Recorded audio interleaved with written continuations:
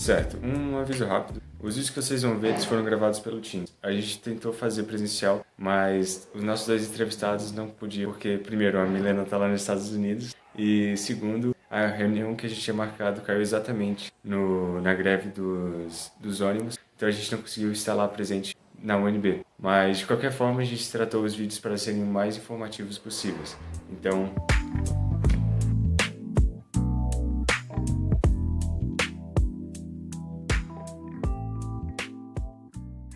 Então, eu sou formada, na verdade, em engenharia eletrônica pela UFPE. Lá você tinha que fazer uma subênfase, vamos dizer. Então, a minha subênfase foi em comunicações, criptografia e processamento de sinais, né? E eu vou dizer a verdade, eu me apaixonei um pouco por processamento de sinais, não era nem imagem ainda, né? E aí eu decidi que eu ia fazer mestrado em processamento de imagem. Eu acabei fazendo mestrado na Unicamp, na época, né? Então, acabei fazendo em compressão de imagens com wavelets. E no final do meu mestrado, eu decidi partir para o doutorado, mas eu decidi, enfim, fazer doutorado nos Estados Unidos e apliquei para a Universidade da Califórnia, em Santa Bárbara. E acabou que meu foco em processamento de imagem foi qualidade de sinais. Então, no meu doutorado, eu trabalhei em desenvolver algoritmos, né, que conseguissem estimar se um sinal visual estava degradado ou não, porque vamos dizer que você está assistindo, vamos dizer, seu Netflix, se ele fica com o seu sinal degradado todo o tempo, você não vai comprar esse serviço, né? Então, isso é vamos dizer assim, algo, inclusive, importante, tanto na área de comunicações de redes, como é na área vamos dizer, de qualidade. Justo, muito interessante. E no GPDS, quando foi que você entrou, mais ou menos? Quando eu me mudei pro N, né? Então seria. Eu vou errar os nomes, viu, gente? Eu acho que deve ter sido por volta de 2011, por aí. Eu tenho que olhar direitinho, porque eu entrei em 2009, eu acho que 2011. Apesar de que, desde que eu entrei na UNB, eu tinha contato, né, com o pessoal do GPDS desde o começo. Bacana. E os Né? projetos que você participou no GPDS? Eu vou começar um pouco de trás para frente, né? Então, um desses projetos é justamente esse da TV digital, né? Deixa eu te explicar até um pouquinho, né? Porque eu considero que esse projeto ele tem importância, vamos dizer assim, para o Brasil como um todo, né? Então, justamente a TV digital, essa TV 2.0, tá vendo? 2007, tá vendo? Então, vamos dizer, 2007, teve esse padrão digital, né? A tecnologia, obviamente, não parou. E desde então, foi aparecendo várias outras mídias. Então, justamente em 2021, a gente começou essa discussão desse novo padrão brasileiro, que é o que estão chamando de TV 3.0. Então, basicamente, tem várias camadas. Tem uma camada de comunicação, qual a melhor comunicação para usar, qual a melhor codificação, qual a melhor aplicação. São várias camadas. E a gente ficou responsável justamente pela camada de vídeo, né? Pela camada de aplicação, que codificador, como essa representação, qual é o HDR, etc. Né? Então, a gente ficou no do GPDS responsável por essa camada aqui de codificação. Então, em 2021, a gente fez análise justamente vamos dizer assim, desses padrões. A gente recebeu várias, vamos dizer assim, propostas do mundo inteiro, né? Foram várias organizações e a gente testou cada uma dessas. Esse foi aprovado. Então, a gente aprovou, vamos dizer, para a codificação VVC, que, né, né, aqui está H266 aqui, né? E o HDR10, tem todos os aqui, o V3C, que é o VPC, né, para Point Cloud, e aqui vamos dizer assim, o Video Enhancement Layer, tanto o DRE, que é uma espécie de dash, vamos dizer assim, especificamente para, vamos dizer assim, para broadcasting, que é diferente do Netflix, e o LCVS, lá, MPEG-5, foi o que a gente usou. Mas precisava de uma nova etapa, porque o que acontecia? Muitas das tecnologias, como o VVC e o LC-EVC, que vamos dizer, essa camada de enhancement, digamos assim, que ela é tão nova que a gente não sabia se o broadcast, a banda, ia suportar isso, quais seriam as especificações. Então, nessa fase que o professor Eduardo Silva está coordenando, né, como eu não ia estar no Brasil, então eu passei para ele, né, para ele coordenar, e ele é uma espécie, a tese do Eduardo, já há algum tempo, ele trabalha especificamente com codificação, então também o Pedro Garcia, que é do SIC, que também é professor do SIC recente, que está trabalhando na parte de qualidade. Então, a gente está trabalhando justamente em gerar essas versões de codificação e testar e fazer o experimento, o que está me dando super dó de não estar aí, né? Porque vamos dizer assim, da gente está justamente fazer os experimentos de qualidade todos, que vamos dizer assim, que é a minha praia. Então, esse é um projeto grande que deve acabar em 2024, em janeiro, fevereiro. A gente deve acabar até 2025, isso deve estar fechado, como vocês viram no planejamento. Mas eu considero, apesar de, vamos dizer assim, apesar de, vamos dizer assim, de ser muito grande, muito massivo, apesar não, é um trabalho muito massivo, não, mas é bem interessante que a UNB esteja envolvido, né? Então, eu fico muito feliz que eu consegui não apenas fazer em 2021, no meio da pandemia, vocês viram a foto aí, todo mundo, né, de máscara e tudo, mas também de ter conseguido, vamos dizer assim, envolver outros colegas do departamento. Então, esse foi um projeto para mim muito importante. Outro projeto que eu estou envolvido, eu tinha um aluno que era da computação, que gostava muito de processamento de sinais. E ele chegou para mim, não, mas eu quero um problema de processamento de sinais que tenha matemática, que seja interessante. Aí eu fiz, nossa, né? Que eu nunca recebi esse tipo de pedido, assim, curioso. Então, pensando um pouco, o que estava bem na moda era que eu digo assim, que estava bem em ênfase na hora, estava chamando mais atenção, era uma técnica chamada Compressive Sensing, que se vocês viram o teorema de Nyquist, vocês sabem que a gente tem que amostrar o sinal 2 vezes a maior taxa de frequência do sinal. Vamos dizer, uma regra, vamos dizer assim, aproximada, né? Bem, ideal. Eu estou falando aproximado, é porque isso tem tudo, com tudo com as condições perfeitas para ela funcionar. No Compressor sempre você não precisa, vamos dizer, respeitar essa regra. Então, uma método que usa compressor pesado é ressonância magnética. Quando você vai numa máquina de ressonância magnética, você está ali capturando, e a coisa mais linda, gente, a ressonância magnética captura os sinais no domínio da frequência, em Fourier, sabe os coeficientes de Fourier. Então, a gente trabalhou justamente nisso, em como é que eu poderia adquirir esses sinais da ressonância magnética, vamos dizer, de uma maneira melhor, né? Com menos sinais. Então, ele explorou várias técnicas de filtragem junto com o compressante e defendeu a tese do doutorado dele pelo SIC na época. Eu tenho esses colegas da odontologia que eles capturam sinais, vamos dizer, de raio-x, daquela panorâmica que a gente vai no dentista e tira, que é barata, né, de raio-x. E eles começaram a perceber dessas imagens que dava para identificar alguns outros tipos de doenças que eles chamam de doenças sistêmicas, que os médicos chamam de doenças sistêmicas, que são doenças como osteosporose, né? Ou seja, dá para você medir aqui se a pessoa já está com déficit de doença osteoporose, dessa forma já, vamos dizer assim, ir prestando atenção, porque queda é um problema muito grave, né, em pessoas com osteoporose, e problemas do coração também. Você consegue ver as calcificações, né? Isso eu achei, demorei um tempo para entender, os que eles chamam os ateromas, né? Então você consegue ver aqui nas veias essas pequenas calcificações que podem levar a um acidente vascular.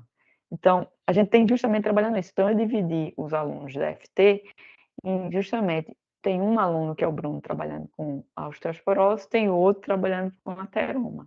E a ideia é usar essas técnicas vamos dizer assim, de machine learning, deep learning, para identificar isso. É isso a gente...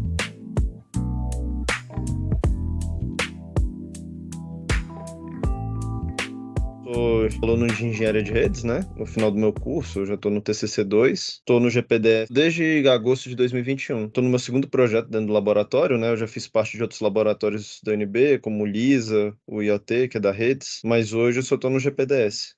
Projetos que você participou, você pode dizer sobre alguns deles? Então, eu comecei no GPDS em 2021, como eu falei, né? Em agosto, com um colega meu, do curso de vocês, a gente tinha feito uma matéria que era Introdução ao Processamento de Imagens. E aí, nisso, a gente fez alguns projetinhos que eram baseados em pesquisa e a gente gostou bastante. Daí, nessa época, a gente ficou meio doido, assim, tipo assim, queria achar uma pesquisa para ver se a gente realmente gostava disso, ver se a gente conseguia uma bolsa e tal. E aí a gente começou a procurar professores na área que fossem ligados justamente a essa área de imagens que a gente gostou tanto. A gente foi mandando mensagem para cada professor e tal, até que a gente chegou na Milene, né? Um professor do departamento de elétrica me recomendou ela. Eu nunca tinha tido aula com ela, mas assim, mesmo assim mandei mensagem para ela. Ela perguntei se tinha algum projeto, algo pra gente conhecer. E aí eu entrei no meu primeiro projeto com ela, que foi justamente para desenvolver um framework para aferir qualidade audiovisual. Então agora talvez uma galera aí conheça, né, qual é o projeto da televisão digital 3.0. E era um projeto até que similar, só que em vez de pessoas fazerem, tipo, aferirem a qualidade do vídeo e do áudio de certos vídeos degradados, ou processados, etc.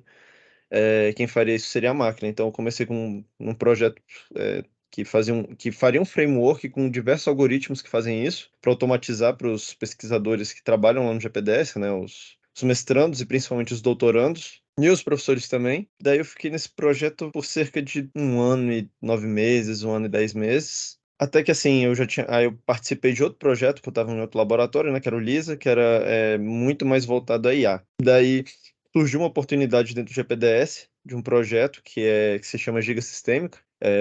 Ele é justamente para fazer a aferição de doenças crônicas, né, doenças crônicas sistêmicas, em pacientes da rede pública, principalmente no HUB, né, onde os testes estão sendo realizados. E aí eu soube desse projeto, me inscrevi. Como era a Milene que estava coordenando, assim, foi bem tranquilo, porque eu já tinha trabalhado com ela, então eu só passei de um projeto para o outro. E assim, é a área que eu realmente gosto, né? O GPDS tem muitas pesquisas lá, apesar do grupo ter o nome processamento digital de sinais, assim, não é só sinais cru que a gente trabalha, tem muito trabalho com imagem, que é um tipo de sinal, mas assim, não é muito intuitivo, né? Você pensar em sinal e lembrar de imagem.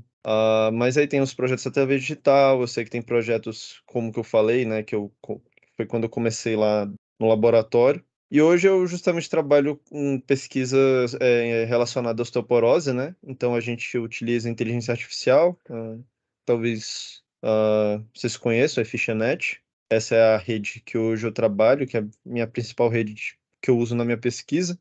E aí eu trabalho com classificação. Se a pessoa tem ou não osteoporose, a gente também utiliza umas técnicas para fazer meio que um mapa de calor, né, para a gente saber onde foram as áreas que a rede olhou para fazer aquela classificação. E aí o nosso propósito nesse projeto é justamente aplicar isso na rede pública, né? Então daqui a algum tempo a gente vai começar a aplicar isso no HUB como teste. E o propósito do projeto é justamente você escalar isso para a rede pública inteira do Brasil.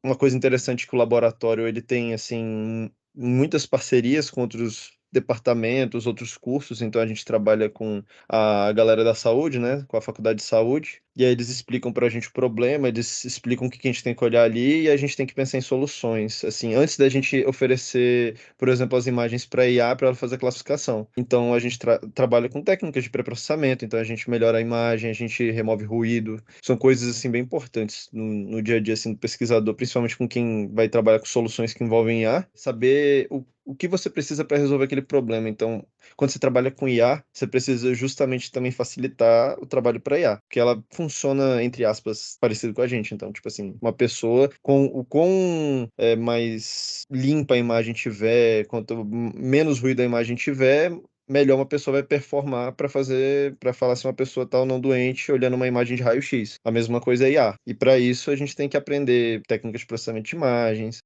tem que saber, por exemplo, como tratar dado, assim, como que eu posso dizer? Estatisticamente falando, tipo, saber dividir as proporções, né? Então, saber quanto que eu vou utilizar ali para o treinamento, quanto que eu vou utilizar para validação, quanto que eu vou utilizar para os testes, saber o que que é importante. Então, justamente essa parte de data science, né? Separar o que é um dado bom, o que é um dado ruim. São coisas que a gente lida, assim, no dia a dia para quem trabalha nessa área e diria que é bem legal.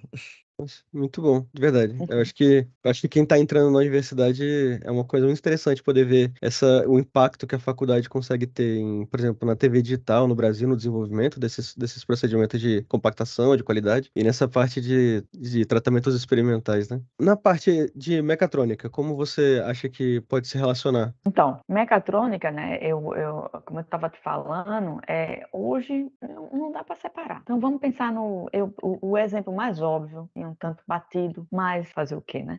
É o carro, vamos dizer assim, vamos dizer aqueles carros que estão rodando vamos dizer, sem motoristas, né? Então, a quantidade de visão computacional e processamento de imagem que tem naquele carro é uma coisa impressionante. Aquilo ali é laboratório para a gente pro resto da vida, né? É realmente muito interessante. Então, pense, um carro, o que é que ele precisa entender? Ele precisa ver a rua, ele precisa identificar, vamos dizer assim, o óbvio, né? Se você dissesse que não tem ninguém na rua, no mínimo, ele tem que se manter na faixa. Para ele se manter na faixa, ele tem que identificar aquela rua, as curvas, separar, vamos dizer assim. Só isso, veja esse sistema de controle. Então, eu não posso falar para você de como é o sistema de controle, mas eu vou dizer para você que a minha entrada de imagem é informação para esse sistema de controle, vamos dizer assim, dessa direção, vamos dizer, ajustar a velocidade e a direção. Agora, coloque vamos dizer assim, nessa confusão, vamos dizer assim, um pedestre, a identificação de um pedestre, talvez um pedestre, né, que tenha várias velocidades, uma pessoa de idade não anda na mesma velocidade de uma pessoa jovem ou de uma criança. Criança é um problema, pensa assim para um carro, né? Porque ela é baixinha, né? Então, o número de sensores que você precisa é alto e também o movimento, né? Meu sogro dizia que criança é igual a galinha, você não sabe que direção está indo, assim, não é aleatório. Mas é uma boa descrição. Pense, se você está, por exemplo, dando ré num carro e seu filho, seu sobrinho está atrás, você não vai ver. Isso acontece menos e menos com os carros modernos. Por quê? Porque eles têm sensores não só de proximidade, mas sensores que estão identificando aquela imagem e estão processando e estão lidando. Isso é uma criança, tem um objeto se mexendo. Então, a quantidade de sensores que a gente tem hoje num carro, e é um carro, e não é nem um carro de Elon Musk, um carro normal, né? Sensores do lado de porta, né? Sensores para estacionar. Como é que você vai estacionar sem a identificação, né? Você já viu aqueles carros, né? Que você estaciona, ele faz a baliza todinha certinha, né? Para você, não vai mais cair no exame, né, de direção, né? Pelo jeito, né? Você estaciona o carro direitinho, precisa de mais. Então, esse é um exemplo, é o exemplo, como eu estou dizendo, mais óbvio, né? O que eu digo para você é que a visão de automação meramente como fábrica é muito desatualizada. A automação hoje é praticamente tudo. Através desses anos desses projetos, desse trabalho no GPDS, você podia me dizer algumas oportunidades que os alunos conseguiram ter por conta do trabalho no GPDS? Claro, a gente tem gente em todo lugar, desde o serviço público, professor, gente trabalhando em outros países, em empresas multinacionais, gente trabalhando em startups, gente trabalhando em empresas menores, gente trabalhando aí em Brasília, nos diversos, vamos dizer assim, nas diversas empresas. Realmente, eu acho que as possibilidades são bem grandes, né? Eu vou dizer que eu tenho uma aluna na Irlanda que trabalha na Universidade College of London, eu tenho uma aluna que está numa startup em Dublin, eu tenho uma aluna que está na França fazendo sanduíche, eu tenho um aluno que é professor do SIC hoje, eu tenho ex-alunos que trabalharam na Samsung bastante tempo, tem alunos que são professores de FET. Então, as possibilidades são muito grandes. E eu digo mais, eu acho que o curso de mecatrônica é um curso com ferramentas muito interessantes. Essa combinação de engenharia com computação realmente, eu acho que é bem interessante. Isso permite dar você liberdade de você, vamos dizer assim, explorar diversas áreas e dar um background muito grande. Aí eu tenho uma aluna aqui no Texas comigo nesse momento que foi aluna vamos dizer assim, da mecatrônica, a Milena Prado. Coincidência, tá, gente? Mas ela tá fazendo doutorado aqui. Ups, voltou. Tá, muito obrigado, professora. Assim, eu poderia entrar e perguntar várias outras Aí vai coisas. demorar, não é? Depois de realizar as entrevistas com a coordenadora Mailene e com o aluno Bruno, nós percebemos que o GPDS pode ser de extrema relevância para os alunos do curso de Engenharia Mecatrônica. já que ele oferece não somente o que se espera de um laboratório, como também atividades de extensão e resolução de problemas reais. Pode ser extremamente relevante para o mercado de trabalho.